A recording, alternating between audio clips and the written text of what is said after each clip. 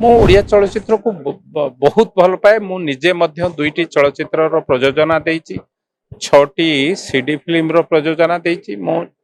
ମୁଁ ଯେତେବେଳେ ରାଜନୀତି ଠାରୁ ଟିକେ ଦୂରେଇକି ଥିଲି ସେତେବେଳେ ସିନେମା ମଧ୍ୟ ପ୍ରଯୋଜକ ହିସାବରେ ସିନେମା ତିଆରି କରିଛନ୍ତି। ଓଡ଼ିଆ ଚଳଚ୍ଚିତ୍ର ମଙ୍ଗଳପୁର ଡାଇରୀ ର ଶୁଭ ଉଦ୍ଘାଟନ ବା ସିନେମାର ପ୍ରଥମ ପୂଜା କହିଲେ ଅତ୍ୟୁକ୍ତି ହେବ ନାହିଁ।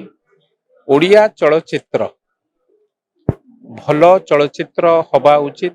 ଓଡ଼ିଆ ଦର୍ଶକମାନଙ୍କୁ ଅନୁରୋଧ କରିବି, ଓଡ଼ିଆ ଚଳଚ୍ଚିତ୍ର ଦେଖନ୍ତୁ, ଓଡ଼ିଆ ଯାତ୍ରା ଦେଖନ୍ତୁ, ଓଡ଼ିଆ ସଂସ୍କୃତି ଆମ ସଂସ୍କୃତି ବିଶ୍ୱର ସର୍ବଶ୍ରେଷ୍ଠ ସଂସ୍କୃତି। ଆମ ସଂସ୍କୃତିର ପ୍ରଚାର ପ୍ରସାର ପାଇଁ ଆମେ ସମସ୍ତେ ଚେଷ୍ଟା କରିବା ଉଚିତ। ବିଶେଷ ଭାବରେ ଆଜିର କାର୍ଯ୍ୟକ୍ରମରେ ପ୍ରମୋଦ ସ୍ୱାଇଁଙ୍କର ଏ ଯେଉଁ ପ୍ରଯୋଜନାରେ ଚଳଚ୍ଚିତ୍ର ଆରମ୍ଭ ହୋଇଛି, ମୋତେ ପ୍ରଭୁଙ୍କ ପାଖେ ପ୍ରାର୍ଥନା କରିବି ସାଧାରଣ ଦର୍ଶକଙ୍କ ଦ୍ୱାରା ଏହା ଆଦୃତ ହେଉ। ଆଗରୁ ସେ ମଧ୍ୟ 2-4ଟି ସିନେମା କରିଛନ୍ତି। ଯଦିବା ମୁଁ ପ୍ରଥମ ଥର ତାଙ୍କ ପ୍ରଡକ୍ସନ ହାଉସକୁ ବା ତାଙ୍କର ଏ ଚଳଚ୍ଚିତ୍ରକୁ ଆସୁଛି, ତଥାପି ପ୍ରଭୁ ଜଗନ୍ନାଥଙ୍କ ପାଖେ ପ୍ରାର୍ଥନା କରୁଛି ତାଙ୍କ ଚଳଚ୍ଚିତ୍ର ସାଧାରଣ ଦର୍ଶକଙ୍କ ପାଖେ ଆଦୃତ ହେଉ। ଭଲ ଓଡ଼ିଆ ଚଳଚ୍ଚିତ୍ର ହେଉ, ଭଲ ଯାତ୍ରା ହେଉ, ଆମେ ସବୁ ଦର୍ଶକଙ୍କୁ ଅନୁରୋଧ କରିବା ଓଡ଼ିଆ ସଂସ୍କୃତିରେ ଯେତେ ଭଲ କାର୍ଯ୍ୟକ୍ରମ ତାକୁ ସମସ୍ତେ ଆମେ ମିଳିମିଶି ଦେଖିବା। ଆମ ଭାଷା ଆମ ସଂସ୍କୃତିକି ଆମେ ଆଗେଇବା। ମୁଁ ଓଡ଼ିଆ ଚଳଚ୍ଚିତ୍ରକୁ ବହୁତ ଭଲ ପାଏ। ମୁଁ ନିଜେ ମଧ୍ୟ ଦୁଇଟି ଚଳଚ୍ଚିତ୍ରର ପ୍ରଯୋଜନା ଦେଇଛି, 6ଟି ସିଡି ଫିଲ୍ମର ପ୍ରଯୋଜନା ଦେଇଛି। ମୁଁ ଯେତେବେଳେ ରାଜନୀତି ଠାରୁ ଟିକେ ଦୂରେଇକି ଥିଲି ସେତେବେଳେ ସିନେମା ମଧ୍ୟ ପ୍ରଯୋଜକ ହିସାବରେ ସିନେମା ତିଆରି କରିଛି ଏବଂ ନିଛକ ଓଡ଼ିଆ ସିନେମା ଆମେ ଭାବୁ ଓଡ଼ିଆ ଦର୍ଶକ ଆମ ସିନେମାକୁ ଦେଖିଲେ ନିଶ୍ଚିତ ଭାବେ ଓଡ଼ିଶାର ପାଣି ପବନ ସହିତ ନିଜକୁ ସାମିଲ କରିବେ। ଓଡ଼ିଆତ୍ୱ ରହିବ ସିନେମାରେ ଏବଂ ଓଡ଼ିଆ କଥାକୁ ନେଇକି ସାରା ଦେଶରେ ପ୍ରଚାର ପ୍ରସାର ହେବ। ଏ ଗୋଟିଏ ବଡ଼ ଜାତି, ଶ୍ରେଷ୍ଠ ଜାତି, ଯାହାର ଭାଷା ଭିତ୍ତିକ ରାଜ୍ୟ ଭାବେ ଆମ ଓଡ଼ିଶା ପ୍ରଥମେ ଭାଷା ଭିତ୍ତିକ ରାଜ୍ୟର ମାନ୍ୟତା ପାଇଥିଲା। ତେଣୁ ଆମ ସମସ୍ତଙ୍କର ନୈତିକ ଦାୟିତ୍ୱ, କେବଳ ଦାୟିତ୍ୱ ନୁହଁ କର୍ତ୍ତବ୍ୟ ମଧ୍ୟ ଓଡ଼ିଆ ଚଳଚ୍ଚିତ୍ରକୁ ଆଗକୁ ନେବା, ଓଡ଼ିଆ ଯାତ୍ରାକୁ ଆଗକୁ ନେବା, ଓଡ଼ିଆର ପ୍ରତ୍ୟେକ କାର୍ଯ୍ୟକ୍ରମକୁ ଓଡ଼ିଆ ସଂସ୍କୃତି ସାଙ୍ଗେ ଓଡ଼ିଶା ସଂସ୍କୃତି ସାଙ୍ଗେ ଯାହା ଯାହା ଜଡ଼ିତ ତାକୁ ଆଗକୁ ନେବା ପାଇଁ ଚେଷ୍ଟା କରୁ। ହଁ, ନିଶ୍ଚିତ କଥା, ଆପଣ ଠିକ କଥା କହୁଛନ୍ତି। ଆଗରୁ 130 ହଲ୍ ଥିଲା, ଏବେ ତାହା କମି କମି 60-70ରେ ପହଞ୍ଚିଲାଣି।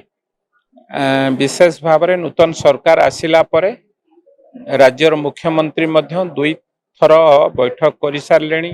କଳିଙ୍ଗ ଷ୍ଟୁଡିଓ ଯାଇକି ତାକୁ ମଧ୍ୟ ଦେଖାଦେଖି କରିଛନ୍ତି ଏବଂ ଆମେ ସରକାର ଚେଷ୍ଟା କରୁଛି ପ୍ରତି ବ୍ଲକରେ ଛୋଟ ଛୋଟ ସିନେମା ହଲ୍ କରି, କାରଣ ହଲ୍ ବଢ଼ିଲେ ଦର୍ଶକ ବଢ଼ିବେ ଏବଂ ଯିଏ ପ୍ରଯୋଜକ ସେ ସିନେମାରୁ ପଇସା ପାଇପାରିବ। ତେଣୁ ପ୍ରଯୋଜକ ସିନେମାରୁ ପଇସା ପାଇଲେ ତ ତାର ବିଜନେସ୍ ହେବ, ସେ ଆଉ ଗୋଟିଏ ସିନେମା କରିବ।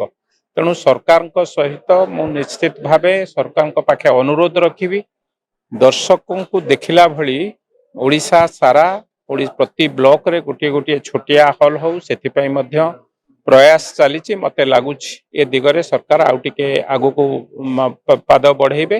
ଆମେ ହଲ୍ ସଂଖ୍ୟା ବଢ଼େଇବା, ଦର୍ଶକ ସଂଖ୍ୟା ବଢ଼େଇବା, ହେଲେ ଓଡ଼ିଆ ଚଳଚ୍ଚିତ୍ର ସାଧାରଣ ଲୋକଙ୍କ ଦ୍ୱାରା ଗୃହୀତ।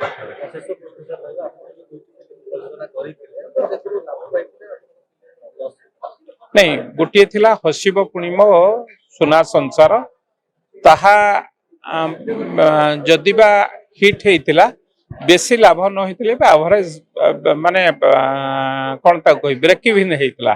No loss no profit. ଦ୍ୱିତୀୟ ସିନେମାରେ ଟିକେ ହଲ୍ ପାଇଲି ନାହିଁ, ତା ଦେହରେ ଲସ୍ ହେଇଥିଲା।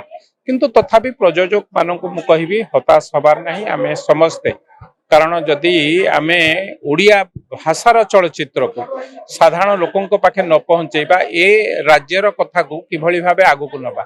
ତେଣୁ ଆମ ସମସ୍ତଙ୍କର ନୈତିକ ଦାୟିତ୍ୱ, ମୋ ରାଜ୍ୟର ଚଳଚ୍ଚିତ୍ର, ମୋ ଭାଷାର ଚଳଚ୍ଚିତ୍ର, ମୋ ସଂସ୍କୃତିର ଚଳଚ୍ଚିତ୍ର ନିଶ୍ଚିତ ଭାବେ ମୋ ଦର୍ଶକ ଯୋଉଠି ଥାନ୍ତୁ, ବିଶ୍ୱର ଯୋଉ ସ୍ଥାନରେ ଥାନ୍ତୁ, ସେ ଓଡ଼ିଆ ଚଳଚ୍ଚିତ୍ରକୁ ଦେଖନ୍ତୁ।